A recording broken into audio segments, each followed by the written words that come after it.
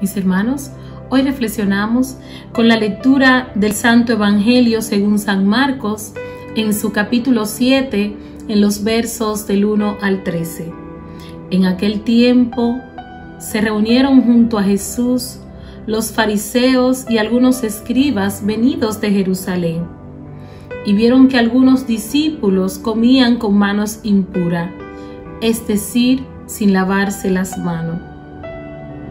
Pues los fariseos, como los demás judíos, no comen sin lavarse las manos antes, restregando bien, aferrándose a la tradición de sus mayores, y al volver de la plaza no comen sin lavarse antes las manos. Y se aferran a otras tradiciones de lavar vasos, jarras y ollas.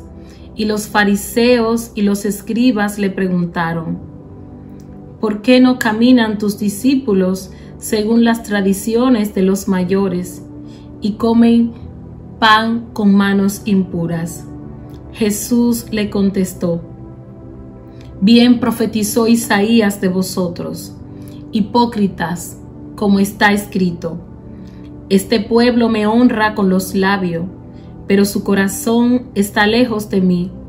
El culto que me dan está vacío, porque la doctrina que enseñan son preceptos humanos. Dejáis a un lado el mandamiento de Dios para aferrarse a la tradición de los hombres. Y añadió: añalen el mandamiento de Dios por mantener vuestra tradición. Moisés dijo: honra a tu padre y a tu madre, y el que maldiga a su padre o a su madre es reo de muerte. Pero vosotros decís: si uno le dice al padre o a la madre, los bienes con que podría ayudarte son corbán, es decir, ofrenda sagrada, ya no le permitís hacer nada por su parte, invalidando la palabra de Dios con esa tradición que os transmitís, y hacéis otras muchas cosas semejantes.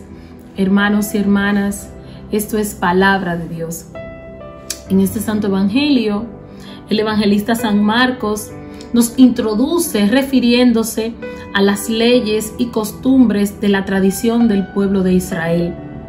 Por tanto, los fariseos y escribas y maestros de aquella época se basaban en las tradiciones mosaicas. Ellos repetían e imitaban de boca y de acciones las palabras que le transmitieron sus padres a través de toda la dinastía, desde Abraham hasta los personajes de Moisés, Josué, los jueces y demás profetas que anteceden la historia del pueblo de Israel.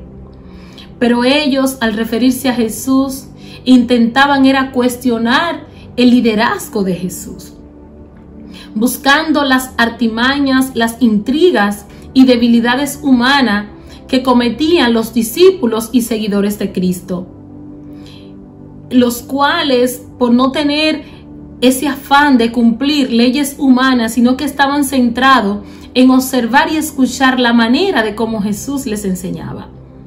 Jesús enseñaba, hermanos y hermanas, de una manera diferente al estilo y las estrategias que implementaban los escribas, fariseos y maestros de la ley.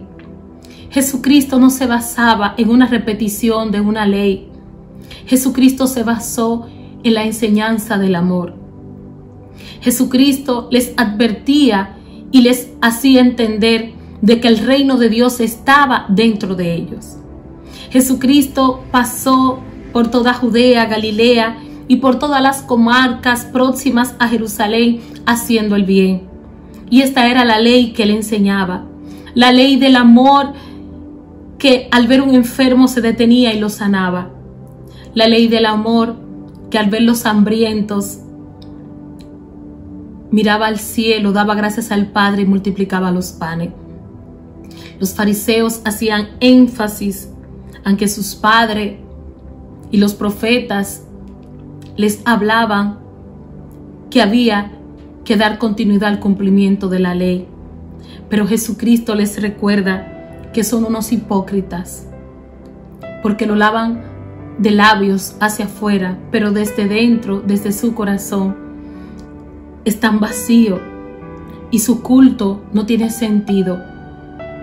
Porque cuando realizamos una acción con nuestros prójimos o cuando nos dirigimos a Dios de palabra y no de sentimiento, ¿qué sentido tiene, hermano y hermana? Este santo evangelio nos invita a que pongamos en práctica los 2 mandamientos que nos enseña Jesús: amar a Dios por sobre todas las cosas, con nuestra mente, con nuestro corazón, con todo nuestro ser, y amar al prójimo como a nosotros mismos.